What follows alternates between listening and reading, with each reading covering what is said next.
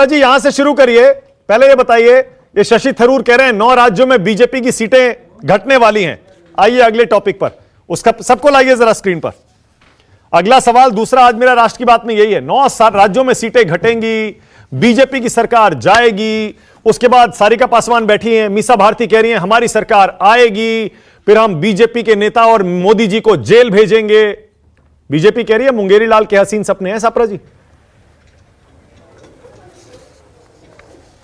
देखिए, पहले तो एक बात और कह दूं कि जो रोहन गुप्ता ने अभी कहा उसका भी तो एक लाइन में उत्तर देना पड़ेगा कि जब व्यक्ति की महत्वाकांक्षा बढ़ जाए और पार्टी की विचारधारा से ज्यादा बड़ी उसकी महत्वाकांक्षा हो जाए तो फिर इस तरह के केस नजर आते हैं। और जैसे मैं कह रहा था कि जो नैरेटिव आप बनाना चाहते हैं कि कांग्रेस पार्टी से सब छोड़ करके जा रहे हैं, ऐसा नहीं है। मेरे पास 25 लोगों की लिस्ट है जो भारतीय जनता पार्टी से और दूसरी पार्टियों से कांग्रेस पार्टी में आए हैं। मैं अभी पढ़ के आपको सुना सकता हूं, आपको भी पता है, आपके दर्शकों को भी पता है। तो ये कतई नैरेटिव नहीं बनाइएगा कि भाई कांग्रेस पार्टी छोड़ करके सब लोग जा रहे हैं। कांग्रेस पार्टी में इनकमिंग भी चालू है। अब मैं आता हूं शशि थरूर जी की बात पर। जो शशि थरूर जी ने कहा वो सही कहा है, क्योंकि ये आकलन उनका सही है कि आज जो 2024 का चुनाव है ये मोदी वर्सेस मुद्दा का चुनाव है। एक तरफ नरेंद्र मोदी है, दूसरी तरफ देश के मुद्दे हैं, जनता के मुद्दे हैं। और जनता के मुद्दे क्या है? महंगाई, बेरोजगारी, आर्थिक विषमता, किसानों का उत्पीड़न, किसानों के साथ झूठे वादे, महिलाओं से झूठे वादे इन्होंने किए हैं। जो खिलाड़ी महिलाएं सड़कों पर थी, जिनको प्रधानमंत्री की दहलीज पर अपने मेडल रख के आने पड़े, क्या उनको देश भूल जाएगा? मणिपुर में किस तरह से दंगे हुए, किस तरह से निर्वस्त्र करके महिलाओं को घुमाया गया, प्रधानमंत्री के मुंह से शब्द नहीं निकला, क्या लोग भूल जाएंगे? सापरा जी, लखीमपुर खीरी के अंदर सापरा जी मुद्दे आप लगातार गिना रहे हैं, आपका पूरा हक है सापरा जी, लेकिन मैं ये कह रहा हूं 9 राज्यों में सीटें बीजेपी की घटेंगी। कौन कौन से राज्य शशि थरूर बता रहे हैं? राजस्थान जहां बीजेपी सारी सीटें जीतती है, हरियाणा जहां बीजेपी सारी सीटें जीतती है, मध्य प्रदेश जहां लगभग सारी जीतती है, उत्तराखंड जहां सारी जीतती है, दिल्ली जहां सारी जीतती है, हिमाचल, बिहार, महाराष्ट्र में मान सकता हूं वहां पर बहस चल रही है, बंगाल, कर्नाटक में भी बहस चल रही है। और ये हिंदी पट्टी, हिंदी बेल्ट में शशि थरूर कह रहे हैं उत्तर भारत में भी सीटें कम होंगी। मैं इसका उत्तर देता हूं। हाँ दीजिए। नहीं, मानक जी, आप क्या भारतीय जनता पार्टी को क्लीन चिट देने के लिए बैठे हैं क्या कि दिल्ली में ये सारी सीटें 7 की 7 सीटें जीत जाएंगे? भाई कैसे जीतेंगे? वहां पर आम आदमी पार्टी का और हमारा गठबंधन हुआ है, इंडिया गठबंधन वहां पर है, इंडिया गठबंधन मजबूत है। इसीलिए तो देश के प्रधानमंत्री कपा रहे हैं। भारतीय जनता पार्टी को फिक्र लग गई है कि दिल्ली के अंदर सब सफाया हो जाएगा। इसी तरह से हरियाणा के अंदर क्यों ये चौधरी बीरेंद्र सिंह आए हैं, क्यों विजेंद्र सिंह आए हैं? क्योंकि हरियाणा का माहौल बदल चुका है। हरियाणा के अंदर 10 की 10 सीटें कांग्रेस पार्टी जीतेगी, ये भी आप देख लीजिएगा। जेजेपी को भारतीय जनता पार्टी ने लात मार के निकाल दिया है। यह परिस्थिति हरियाणा की है, इसलिए हरियाणा कहा गया। मध्य प्रदेश के अंदर भी हमारी सीटें बढ़ेंगी। महाराष्ट्र के अंदर आप देखिएगा, महाविकास आघाड़ी जो बनी है वो महाविकास आघाड़ी की 35 सीटें आएंगी, कम से कम 35 सीटों के ऊपर जाएंगे। तो भारतीय जनता पार्टी जिसके पास 23 सीटें थी महाराष्ट्र में, उसको 23 सीटें रिटेन करना भारी पड़ेगा। बिहार के अंदर हमारी सीटें बढ़ेंगी।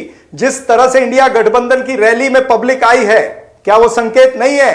और साउथ के अंदर भारतीय जनता पार्टी को 1 सीट नहीं मिलेगी, शून्य रहेगा। ये देखिए, ठीक है। कर्नाटक के अंदर 25 सीटें थी, वहां पर भी कांग्रेस पार्टी दावा ठोक रही है, वहां पर भी कांग्रेस पार्टी एक बात स्पष्ट कर दूं, एक बात, भारतीय जनता पार्टी साउथ में साफ होगी। और जो हिंदी हार्टलैंड जो ये कहते हैं, उसमें कांग्रेस पार्टी आगे बढ़ेगी। सापरा जी, ओके, देखिए मैं एक पत्रकार हूं और पत्रकार के नाते जो मेरा विश्लेषण है बहुत सारे अन्य विश्लेषकों की तरह, वो ये कि साउथ इंडिया में बीजेपी कमजोर थी, कमजोर है और बहुत ज्यादा उसको वहां इस बार भी हमें नहीं लगता मिलता हुआ दिख रहा है।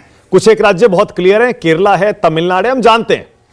लेकिन उत्तर भारत में आप यह मत कहिए कि मैं बीजेपी को क्लीन चिट दे रहा हूं, बिल्कुल नहीं दे रहा हूं। मैं उसका पिछला रिकॉर्ड उठाकर आपको सर्वेस की याद दिलाकर और यह कहना चाह रहा हूं कि उत्तर प्रदेश, बिहार चलिए मान लिया थोड़ा डिबेटेबल है, आज भी वही होगा। मैं वही कह रहा हूं सापरा जी, मैं क्लीन चिट नहीं दे रहा हूं। 2019 में जो मुद्दे थे वो आज नहीं है, आज मुद्दे गंभीर है। ठीक है, ओके, तो एक काम और करिए सापरा जी, सारिका बैठी है, मीसा भारती जो कह रही हैं आप भी दोहरा दीजिए कि हमारी सरकार आएगी और सबको जेल भेजेंगे, कह दीजिए। भाई मीसा भारती ने अगर ये कहा है तो उन्होंने ये कहा है कि जिस तरह से भारतीय जनता पार्टी ने भ्रष्टाचार किया है, क्या इलेक्टोरल बॉन्ड के अंदर भ्रष्टाचार नहीं हुआ? सुप्रीम कोर्ट ने क्यों बंद किए? क्या इलेक्टोरल बॉन्ड जो है वो संगठित लूट और कानूनी डाका नहीं था? ये खुलेआम नजर आया है कि वहां पर 3-4 स्कीम इनकी चली है।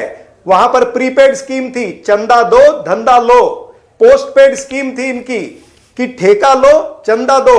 और तीसरी स्कीम इनकी थी वसूली की कि ईडी, सीबीआई, आईटीआई रेड करेगी और उसके बाद में ये अच्छा सापरा जी, एक सवाल और, छोटा सा सवाल और, लोगों के लेंगे और एक छोटा सा सवाल बस। ये करेंगे। तो ये तमाम सारी स्कीम जो भारतीय जनता पार्टी की आजाद भारत ओके, सापरा जी छोटा सा सवाल, सापरा जी, तो आजाद भारत का सबसे बड़ा घोटाला होगा। ओके सापरा जी रुकिए ना, अब रुकिए तो सही। करोड़ रुपया सीधे सीधे सापरा जी छोटा सा सवाल, छोटा सा सवाल। और अगर ये उसकी तहकीकात अब रुकिए ना सापरा जी, निश्चित रूप से दाल में कुछ अरे अब रुकिए तो सही सापरा जी, छोटा सा सवाल। देखिए अब क्या है ना, आजकल हम पत्रकारों को टोकते क्यों है? मेरी बात पूरी होने दीजिए ना। अरे भाई बहुत, अभी सापरा जी बहुत टाइम है, अभी दरअसल टाइम मैं कह रहा हूं बहुत लोग हैं बोलने वाले। ये बताइए, अरे रुकिए ना सापरा जी, सवाल तो सुनिए भाई। आप तो पूरा शो ऐसा लग रहा है हाईजैक करने के मूड में है सापरा जी। सुनिए, अरे रुकिए ना, मेरा सवाल सुनिए पहले सापरा जी। आप 1 मिनट का सवाल पूछते नहीं, मेरी बात सुननी पड़ेगी 10 सेकंड की। हाँ। 1 मिनट का सवाल पूछते हैं और 10 सेकंड में मुझे टोकते हैं। ये क्या तरीका डिबेट का? सापरा जी मैं आपको चुनौती देता हूं, सापरा जी आपको चैलेंज करता हूं। रुकिए 1 मिनट, अब मुझे बोलने दीजिए, अब रुक जाइए, मुझे बोलने दीजिए। मैं आपको चैलेंज करता हूं, आज का वीडियो शो खत्म होने के बाद आप YouTube पर जाकर देखिएगा, आप कितनी देर बोले हैं। लग गई शर्त, बताइए आप कितनी देर बोले हैं। 10 सेकंड बाद मैंने आपको टोका, कितनी देर आप 10 मिनट बोले हैं सापरा जी। क्या आप मैंने आपको 10 मिनट दिया है पूरा, लगातार बोलने दिया है क्या? लगातार बोलिए, कितनी देर बाद मैंने आपको टोका? छोड़िए, 2-2, 3-3 मिनट लगातार बोले हैं आप सापरा जी। आप जब आपको पता लगता है कि मैं काम की बात बोल रहा हूं तो आपका सप्लीमेंट्री सवाल आता है। आप क्या नहीं समझ रहे हैं? सारी बातें काम की होती है सापरा जी, क्या बात कर रहे हैं आप? बोलिए, सारी काम की बातें होती हैं, ये मत कहिए कि ये काम की बात है और वो नहीं है। रुकिए, अब मेरा सवाल सुनिए सापरा जी। ना, मैं सीधी बात कर रहा हूं जो। अरे बहुत बढ़िया, अरे बहुत बढ़िया, मैं जानता हूं आप तेज तर्रार गजब सवाल पूछिए, उसका जवाब देने के लिए तैयार हूं, लेकिन आप जवाब सुनने के लिए तैयार नहीं। अरे जवाब दे दिया भाई आपने, सारे जवाब दे दिए। मैंने आपसे राज्य पूछे, आपने राज्य गिनवा दिए। अब मेरा छोटा सा सवाल सुनिए, उसके बाद मैं आगे भी जाऊं, बहुत लोग वेट कर रहे हैं। सापरा जी आजकल हम पत्रकारों को कोई हैरानी नहीं होती जब भी कोई नेता पार्टी छोड़कर इधर से उधर जाता है। 38 साल बाद आप तो नहीं जाएंगे ना सापरा जी? आप तो हमें शौक नहीं देंगे ना? नहीं, मैं क्यों शौक दूंगा आपको? मैंने तो कहा आपको सीधे कि आजादी के समय भी इसी तरह से हुआ था कि कुछ लोग जंग में गए थे और जो कायर थे वो संग में गए थे। बहुत बढ़िया, तो हम कायर नहीं हैं। बहुत बढ़िया। ये भी बात करता हूं बहुत कि बढ़िया। 2024 का जो चुनाव है ना, ये इनकलाब लाने वाला चुनाव है। अब मेरी बात सुन लीजिए, जुल्मी जब जुल्म करेगा सत्ता के गलियारों से, चप्पा चप्पा गूंज उठेगा इनकलाब के नारों से। ये याद रखिएगा। ओके, इनकलाब आ रहा है इस देश के बहुत अंदर। बढ़िया।